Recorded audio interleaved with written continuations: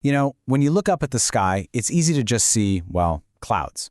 But what if I told you there are colossal, invisible forces at play up there? Giant atmospheric engines that are constantly shaping the weather we live through every single day. So what are these unseen architects, really? Well, in this explainer, we're going to pull back the curtain on one of the most powerful, most important weather systems on the entire planet. We're going to follow the complete life story of one of these architects, the Mid-Latitude cyclone. We'll look at what it is, see how it's born, check out its structure when it's fully grown, follow it through its entire life, and then, most importantly, we'll talk about why it matters so much. All right, first things first, let's meet the star of our show and get a really clear idea of what we're talking about here. Okay, so a mid-latitude cyclone is a huge, sprawling area of low pressure.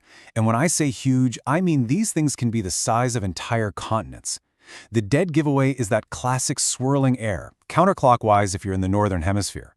Now, you might hear forecasters call them extratropical cyclones or even just depressions, but don't get thrown off. It's all the same massive weather-making machine.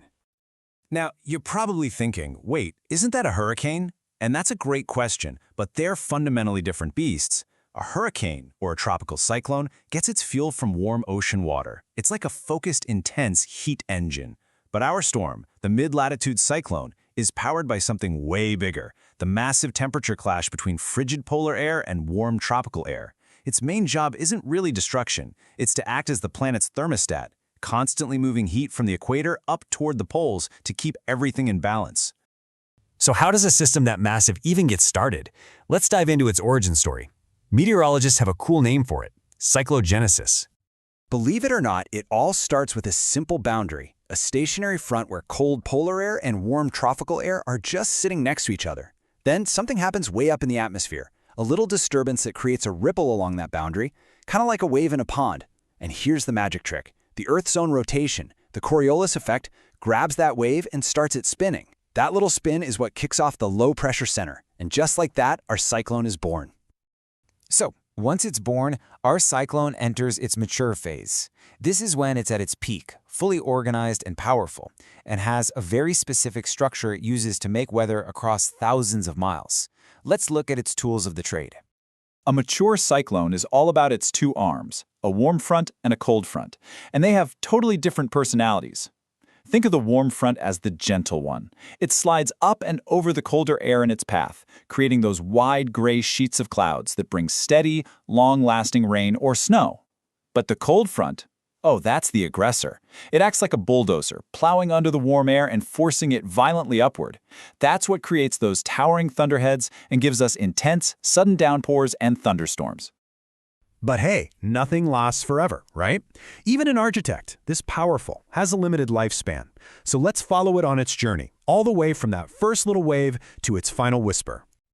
You can see the whole story plays out pretty fast. By day 2, it's in its prime, rocking that classic comma-shaped cloud you see on the weather map. But by day 3, the beginning of the end is already here. It's a process called occlusion. What's happening is that speedy cold front finally catches up to the slower warm front. It basically zips the whole thing shut, lifting all that warm, moist air, the storm's fuel, right off the ground.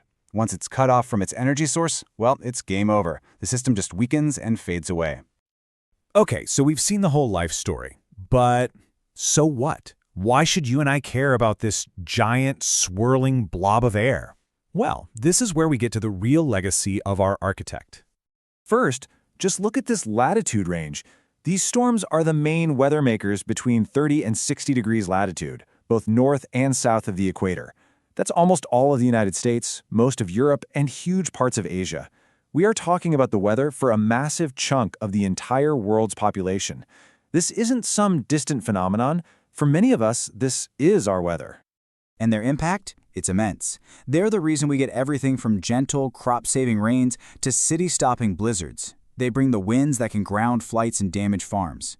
But bigger than all of that, they are a vital part of our planet's climate regulation. They are the circulatory system, constantly pumping heat from the tropics to the poles. Honestly, understanding these systems is the very foundation of modern weather forecasting.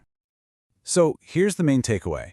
These mid-latitude cyclones aren't just random storms. They are powerful, dynamic, atmospheric engines. They are fundamentally responsible for shaping the climate we live in and the day-to-day weather we walk out into every morning. So I'll leave you with this. The next time you turn on the news and see that iconic swirling comma cloud on the weather map, you're not just going to see a storm front anymore. You'll see the whole story, a clash of titans, a planet balancing its energy budget, an unseen architect hard at work. So, what story will it tell you?